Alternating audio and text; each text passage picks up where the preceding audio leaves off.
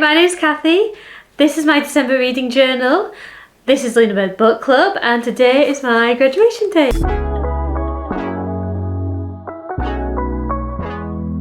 Rob, Ola and I have just got home after celebrating my graduation from my Masters in Publishing. It has been such a fun day. We went to the ceremony, I saw all my classmates, and we went for a meal afterwards, and it's just been so much fun. Home again now, very tired already. I'm filming this with my last bit of energy for today, but I wanted to jump on and start my reading journal with celebrating graduation. I loved doing a Masters in Publishing. It was so interesting to find out more about the book industry, hone my writing and editing skills.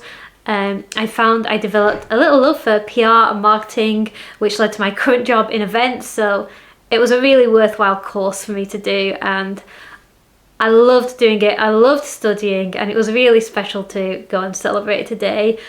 And particularly special because whilst we were there, UCLan Publishing, so I did my degree with UCLan and UCLan Publishing, and UCLan Publishing had a stall out with all the books they're selling, and I got to receive Wrong Tracks, which is the book I worked on as part of my Masters in Publishing. So the way the degree works at UCLan is it's almost like an internship incorporated into the program. So you work on a live book that is about to be published. You play a huge role in kind of bringing it together towards the end, and at the end you have contributed to a real life book that is now on sale. It was a fantastic experience. So as a student on the Masters in Publishing, I contributed to the cover design, I did the copy and line editing, I also typeset the book. And let me tell you now, of all the things I did on the Masters, typesetting this book was the hardest thing for me. Design's not normally my forte, so I learned a lot in here. So this book required me to do a lot of chapter headers and poster work in here. So look, I did that, I put that train there. I put that little notebook page in. Later on there's like posters. Oh, a stamp. Little stamp. There's lots of like interactive things in this story. It was a challenge to do, but it was so much fun. So to see and hold the final product in my hands at last is so much fun. Here you go. One of the things I contributed was making sure we had a page at the beginning that showed you what each of the Rainhill engines looked like. Oh, I should tell you, Wrong Tracks. It is a really good book. There were 3 books. Hello. Ola's here. There were 3 books that you could choose to work on, and you had to like pitch yourself which book you wanted to work on. And when this was first explained to us, it was saying it's a middle grade adventure book about the Rainhill trials and train engines and like a historical adventure thing. And my first thought was, I don't care about trains. I don't want to read this book.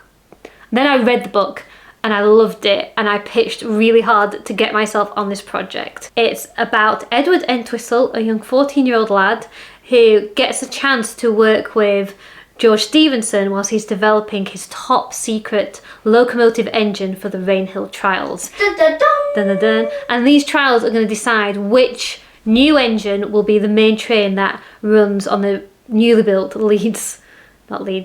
Liverpool-Manchester rail line. And during the trials, all sorts of accidents and strange occurrences happen, which happened in real life. So the author has made up a storyline that somebody is sabotaging the trials and the engines, and young Edward, with the help of his plucky friend Prudence, have to discover who is a saboteur.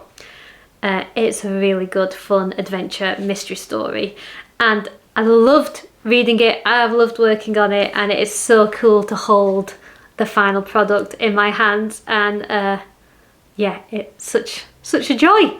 I'm really pleased. And also I mentioned at the end in the acknowledgements, my name is there.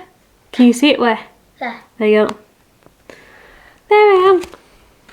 I exist.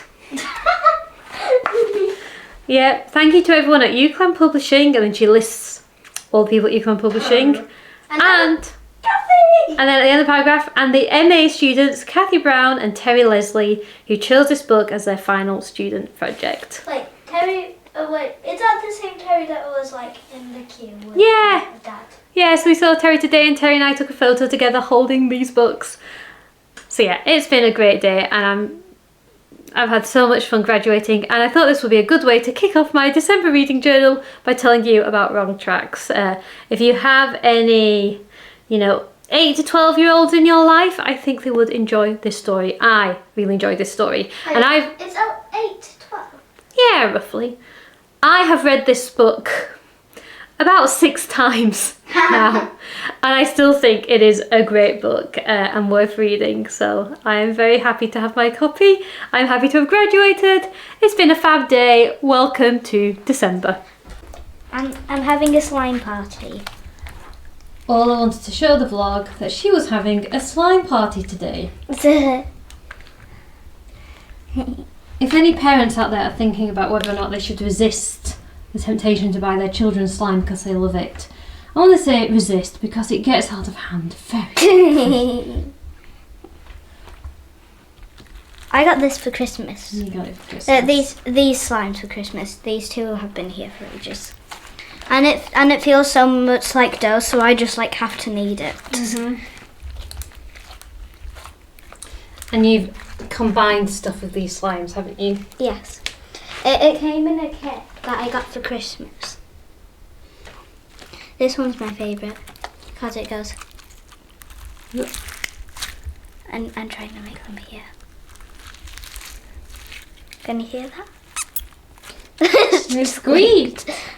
Hi, so we have now gone from glam to cozy because it is the 27th of December today, the day after Boxing Day. You're catching me at the end of a week of rest and relaxation, family time. The camera's been away all week. I've just been concentrating very hard on doing very little and enjoying myself immensely, and it's been great. I'm wearing one of my Christmas presents. Rob got me this hoodie for Christmas, and it's so cozy and I'm really loving it. So this is the mode that I'm in at the moment. Relaxing, chilling out, but I thought I should come on and give you a little update on my December reading. So I want to tell you the books I've read this month and show you the books I got for Christmas, and then that's it. Okay, so starting with the books I've read 3 books this month. The first is Lark Rise to Candleford. I have finished this book now. I started it at the end of November. This was absolutely beautiful. It is the memoirs of the author Flora Thompson about growing up at the end of the 1800s in a very rural hamlet in Oxfordshire, I believe. And it's just beautifully told. Lots of really cute anecdotes, a little glimpse into history. It was heartwarming, it was funny, witty, intelligent, and a real blast to read. And I'm so glad that I've read this book. I knew nothing about it going in, and I really, really enjoyed it. This is definitely a good one to read, to unwind with. You can read it in little bits because it kind of almost reads as little episodes, little anecdotes of this woman's childhood and early adolescence. And then after this, so this is really sweet and heartwarming and very English. Really, really enjoyed it. But after this, I then took a step into the macabre, and I read The Quick by Lauren Owen. I picked this up in the Oxford bookshop in Skipton on Bookshop Day in October. And honestly, it was just the vibes. I liked how gothic looking the cover was.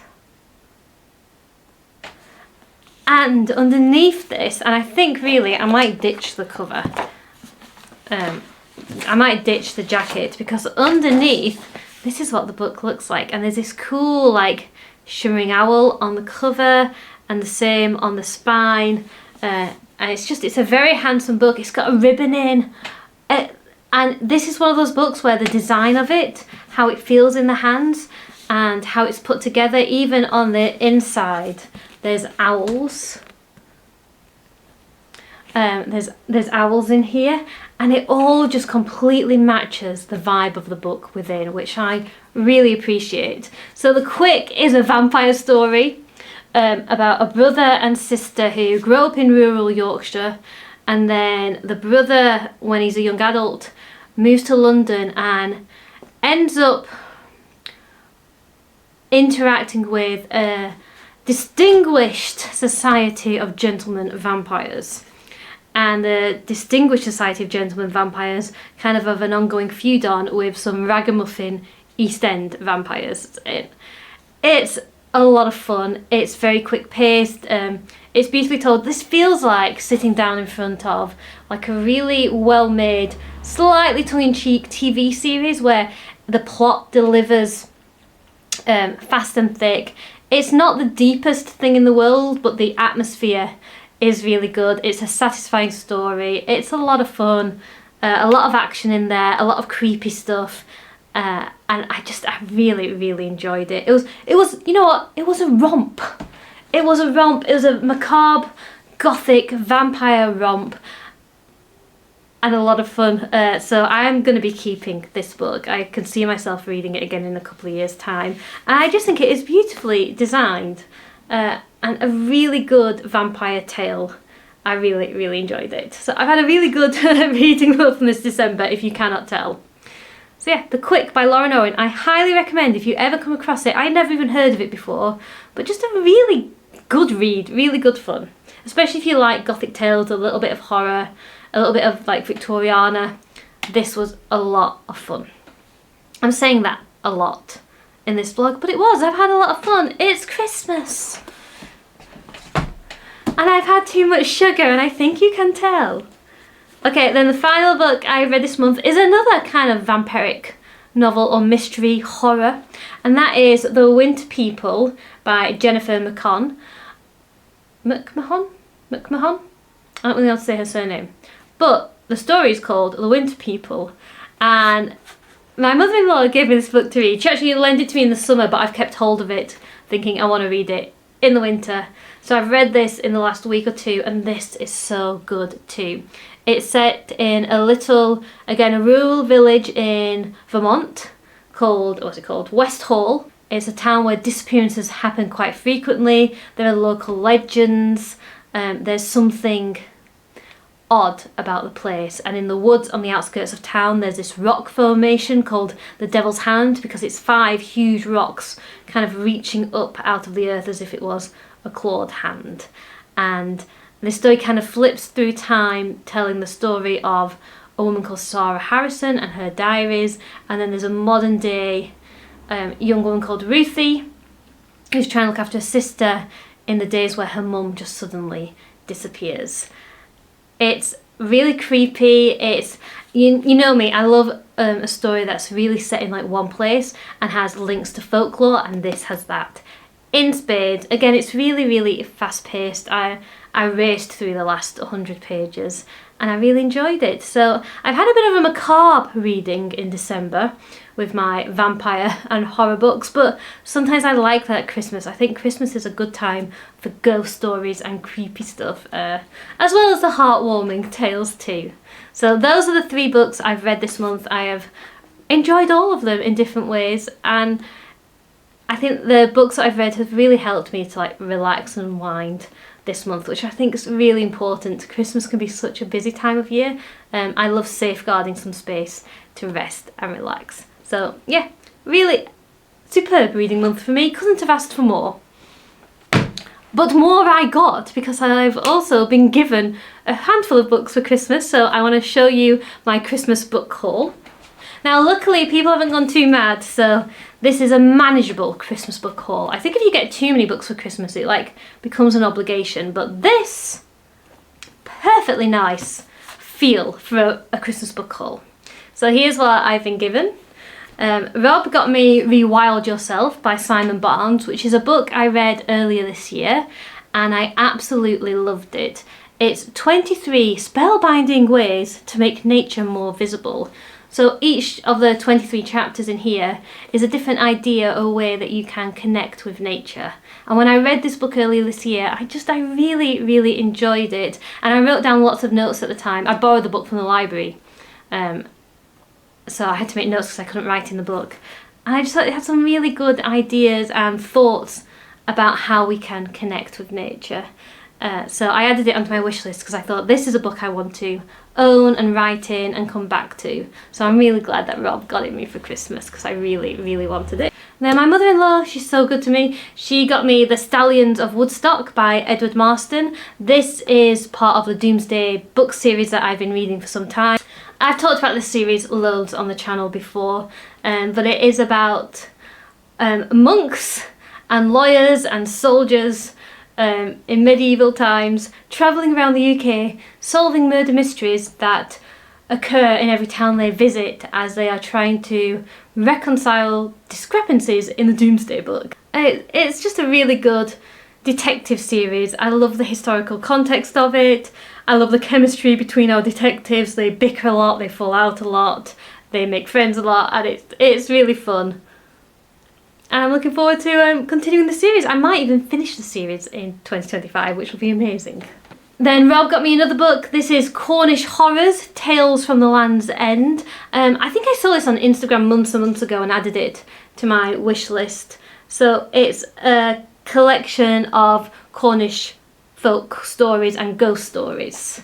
And that's all I know about it, but it's been a while since I had a folk anthology added to my reading list, and I'm looking forward to diving into this. Also, I'll say that I'm getting such a strong urge to visit Cornwall. I haven't been in years. I went to Devon about 4 or 5 years ago, and obviously it was beautiful, but the drive down there was such a nightmare that it's put the whole family off from going that far down south again. But I really want to go to Cornwall. There's such a lot to see and do there. Maybe this year, maybe I can convince the family. I don't know, but I'm sure once I read this, I'll really, really want to go. And then the last book that I got given for Christmas, this is from my mum and dad. It's The Binding by Bridget Collins. I know nothing about this book apart from it's eerie, it's kind of a mystery in, it's about a guy who binds books for a living and something about having books that contain secrets in them, and then suddenly one of the books is going to be about the bookbinder himself, but he doesn't know what it is. I think that's a plot. I'm kind of hoping to go into this quite blind, but when I shared on Instagram the books I got for Christmas, somebody commented and said that this was their favourite book they read this year. So that sounds really promising to me. So that's my lot for my December reading, both books I've bought and books I've read. It's been a fabulous month, and I hope you've had a really good month too. I'm looking forward to January, both in reading terms and life terms and lunar bird terms, because Rachel and I talked about doing a few little changes this year, and it's got us very excited. Thank you so much for watching this video. Thank you so much for watching the channel. I really appreciate you being here.